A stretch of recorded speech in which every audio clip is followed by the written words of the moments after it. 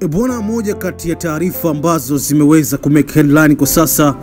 na kuweza kutikisa vichwa vya habari ni ishu ya mtangazaji wa Clouds Media, hapa tunazungumzia Salim mwana wa Kikeke,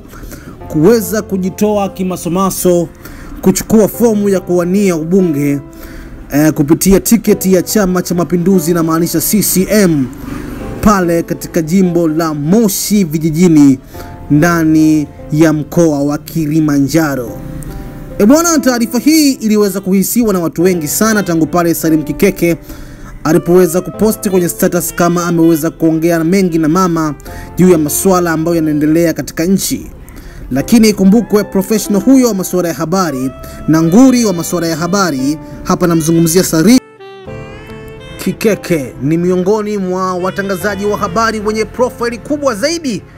kwa hapa nchini Tanzania. Ikumbukwe aliwahi kufanya kazi BBC London katika idara ya Kiswahili, akifanya kazi na watu manguli kweli kweli kama kina Charles Martin Hilary pamoja na kina Matilda Machibia kutokea pale idara ya Kiswahili BBC London. Lakini vile vile aliweza kufanya vizuri pale katika American Voice VOA, lakini vile vile bila kusahau DW Deutsche Welle, kote wakifanya kazi katika idhaa ya Kiswahili. Bwana, hii ni moja kati ya taarifa nzuri kwa wakazi wa Moshi vijijini. Sasa wanaweza kupata mbunge mwenye ustadi na uthubutu na umahiri wa hali